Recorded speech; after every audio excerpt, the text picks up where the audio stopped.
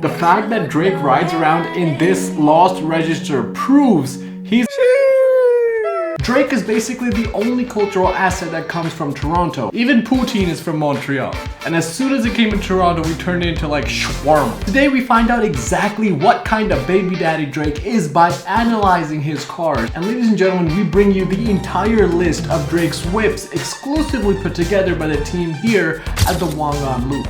Basically, ChatGPT, let's not deny it. Okay, so the first whip on the list, you don't know what this is. You probably haven't even heard the name because this car is a legend. We're talking Blue Eyes White Dragon. We know it exists and it has some insane power, but exactly what are the stats? No one knows.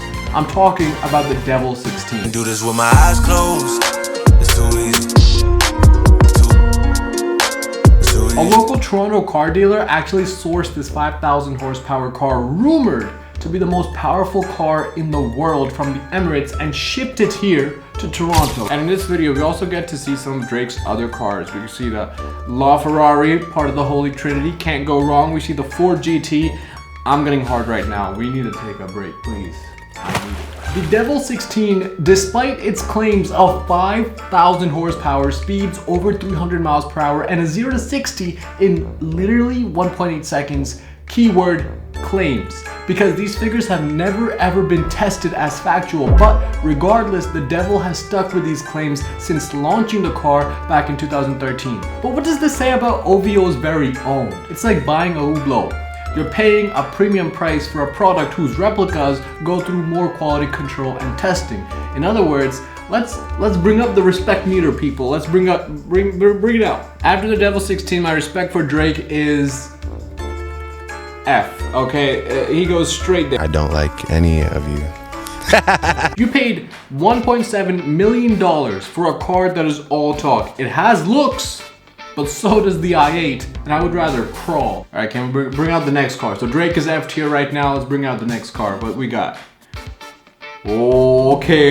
Okay, we're gonna have to change the F tier, ladies and gentlemen. We're gonna have to change that. Before we get into car number 2, please smash that subscribe button because it really helps grow a small channel like ours, and we really appreciate every single one of you. Also, smash the like button if you like this video, smash the dislike if you dislike it, and let me know in the comment section below how we can improve. And I'm also trying to talk as low as possible. We're in an apartment studio and it's 2:03 a.m. if you see that. So this next car, it's not even out yet, but obviously Drake, he's got it. In fact, he has 2 of them, and we see him taking delivery. I'm talking about the Mercedes Maybach 6 Cabriolet. Because it's not even out, there's literally no price to report. The stats come directly from Mercedes, and according to them, it's 750 horsepower, all electric, and will or has a 0 to 100 in under 4 seconds, which would officially make it faster than the Tesla S Plaid.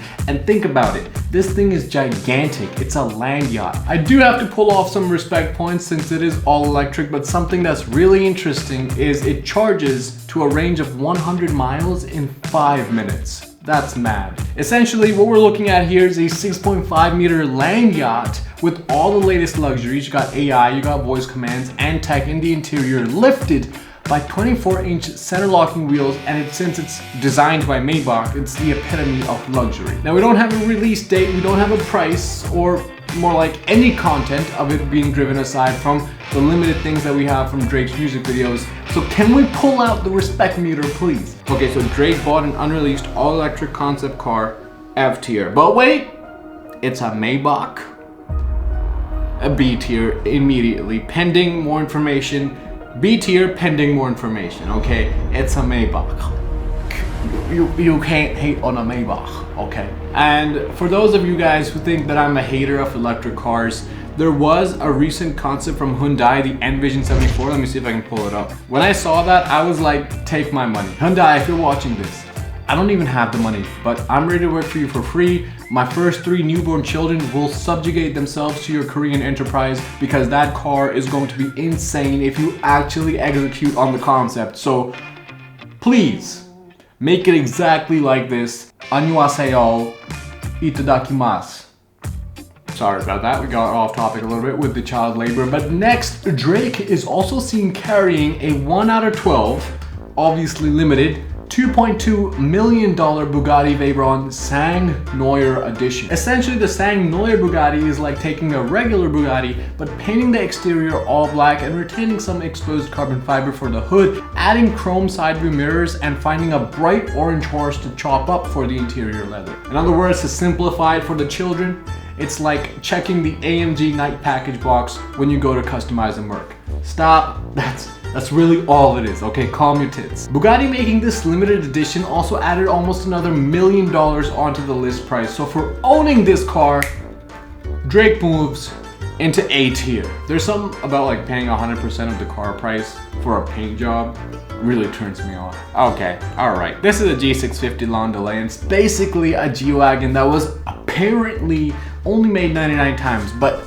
between us, it's probably a load of BS. Since this thing has been seen almost everywhere, there's like 25 in LA alone, and they all happen to visit the same body shop. I'm talking about RDBLA. Like, they've done LeBron's G650, they've done Future's G6, everybody's got a G650. A lot of people I meet still confuse this with the 6x6, which is the real big man truck. The G650 Landaulet is honestly just not for me, but more objectively, it's not for anyone, except for people that secretly deep inside want to get a Jeep Wrangler, but know the kind of crowd they'll get lumped with, so they just want to go for something that's not really it, but kind of similar. Coming in at $1.8 million and just 630 horsepower, you would honestly be better off just getting a brand new G63 AMG, which will give you much more luxury, tech, reliability, and everything New Age has to offer, and just cut off the roof and expose the back seats. Literally just take it to RDBLA or something, but that will literally be cheaper and probably much more value for your money.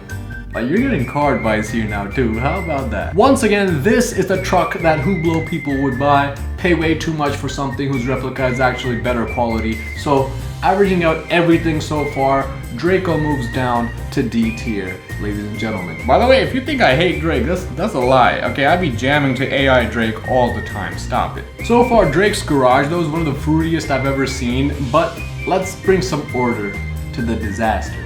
The Ferrari LaFerrari.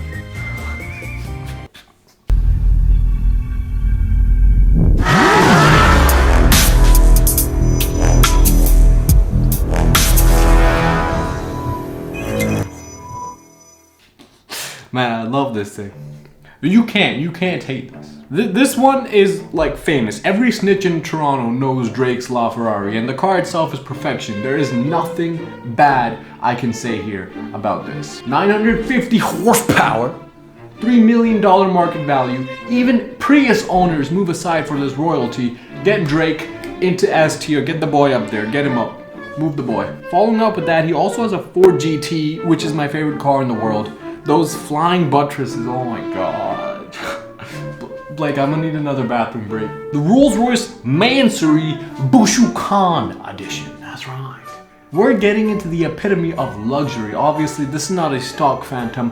Bugatti means Buddha's hand, and in China, this citron yellow color symbolizes wealth and contentment. I'm majoring in neuro, by the way, so I could be off. I am unsure exactly when Mansory unveiled the Bugatti edition, but you can get the latest Phantom 2022 in this edition, and Mansory continues to produce them. Bugatti is obviously limited, just like anything Mansory, and of course a Mansory price tag. The stock Rolls-Royce Phantom is about 450,000 USD, but with the added Mansory bits and bobs, it ends up being about $1 million USD retail. So far, I think in total we can calculate that Drake has spent over 10 million USD on cars, and we don't even know the value of the Maybach 6s, so we're not done yet, because there's also the SLR McLaren. Ah yes, the SLR McLaren. This was the love child of a German woman and a British man when they were part of the same F1 team back in like 2003. And they continued to make love until 2010, producing over 2,000 units globally, most of which were produced in England at the home of McLaren. The old SLRs cost around $500,000, and that's the one Drake has.